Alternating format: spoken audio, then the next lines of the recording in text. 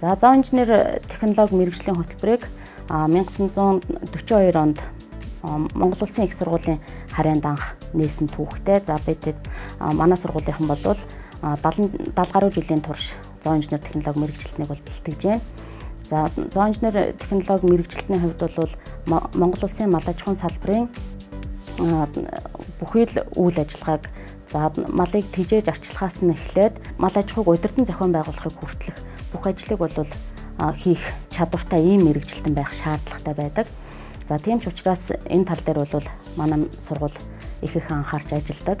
За манай сургуулийн хувьд бол мал аж ахуйн мэргэжилтнийг зоон инженер технологи, мал аж ахуйн фермерийн технологи гэсэн хоёр чиглэлээр бол одоогоор бэлтгэж байна.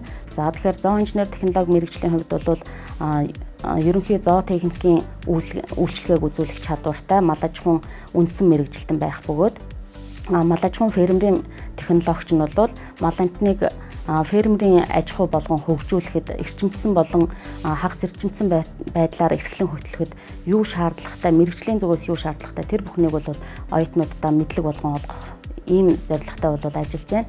За сургалтын дадлага, материалын баазын хувьд бол сургалт явуулахад шаардлагатай техник тоног төхөөрөмжүүд, лабораториуд, дадлагын баазуудыг бол жилээс жилд бэхжүүлэн оюутнуудад мэдлэг олгох шаардлагатай бүхий л тоног төхөөрөмжүүд бол бүрэн тоноглон ажиллаж байна.